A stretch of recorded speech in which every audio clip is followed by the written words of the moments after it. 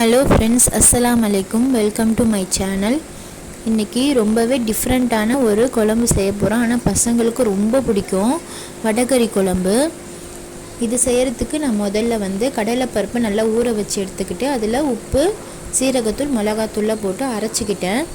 நான் சாதாரண வடை செய்யலை, வாழைப்பூ வடை செய்ய போகிறேன். அதனால வாழைப்பூ எடுத்து அதை க்ளீன் பண்ணிவிட்டு அதை வெங்காயம், வாழைப்பூ எல்லாத்தையும் குட்டி குட்டியாக கட் பண்ணிவிட்டு கொத்தமல்லி, கருவேப்பிலை, பச்சை மிளகாய் எல்லாமே போட்டு நல்லா பிசைஞ்சு உருண்டை பிடிச்சிக்கிட்டேன். நல்லா தட்டி சூடான எண்ணெயில் போட்டு நல்லா பொரித்து எடுத்துக்கலாம். மாதத்துக்கு ஒரு தடவையாவது இந்த மாதிரி டிஃப்ரெண்ட்டாக குழந்தைங்களுக்கு செஞ்சு கொடுத்தா சப்பாத்தி, இட்லி, தோசை, சாப்பாடு எல்லாத்துக்குமே இது செட் ஆகும். ரொம்பவே சூப்பராக இருக்கும். நான்வெஜ் செய்யாத அன்னைக்கு இந்த மாதிரி செஞ்சு கொடுத்தீங்கன்னா அன்றைக்கி ரொம்பவே விரும்பி குழந்தைங்க ரொம்ப என்ஜாய் பண்ணி சாப்பிடுவாங்க. ட்ரை பண்ணி பாருங்கள். இப்போ நம்ம வடையெல்லாம் ரெடி பண்ணிட்டோம். அதோட நான் என்ன செஞ்சேன், வடையை சுட்டதுக்கப்புறம் நிறைய வந்துருச்சு. அதனால் குழந்தைங்களுக்கு ஃபஸ்ட்டு சாப்பிட கொடுத்துட்டு குழந்தைங்களாம் விரும்பி சாப்பிட்டாங்க வடையை மட்டும். அப்புறம் நான் குழம்பு செய்ய ஆரம்பிச்சிட்டேன்.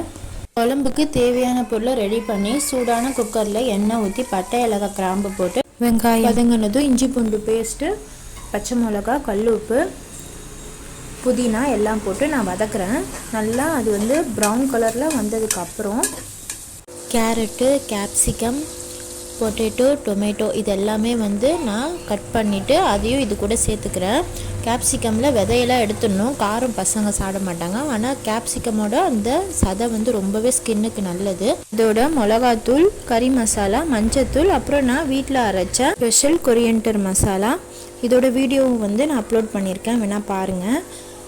இது எல்லாமே சேர்த்துக்கிறேன். இந்த மசாலா சேர்த்தா ரொம்பவே வாசனையாக, ரொம்பவே மணமாக, டேஸ்ட்டும் இருக்கும். அதோட நான் தேங்காய் பால் அரைச்சி இதில் நான் சேர்த்துக்கிறேன். தேங்காய் பால் கொஞ்சம் கொதித்ததும் நான் கொத்தமல்லி தூவிக்கிறேன்.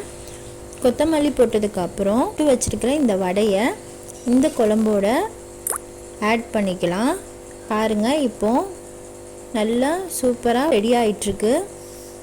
இப்போ வடை உடைச்சா கிரேவி மாதிரி ஆகிடும். நான் முழுசாகவே போட்டுக்கிறேன். லாஸ்ட்டாக இதில் குழம்புல கொதி வந்ததுக்கப்புறம் நான் முட்டையை ஊற்றிக்கிறேன். முட்டை வேண்டான்னா ஸ்கிப் பண்ணிக்கலாம்.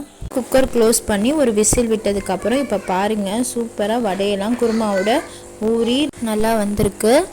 நீங்களும் வீட்டில் ட்ரை பண்ணி பாருங்கள், சூப்பராக இருக்கும்.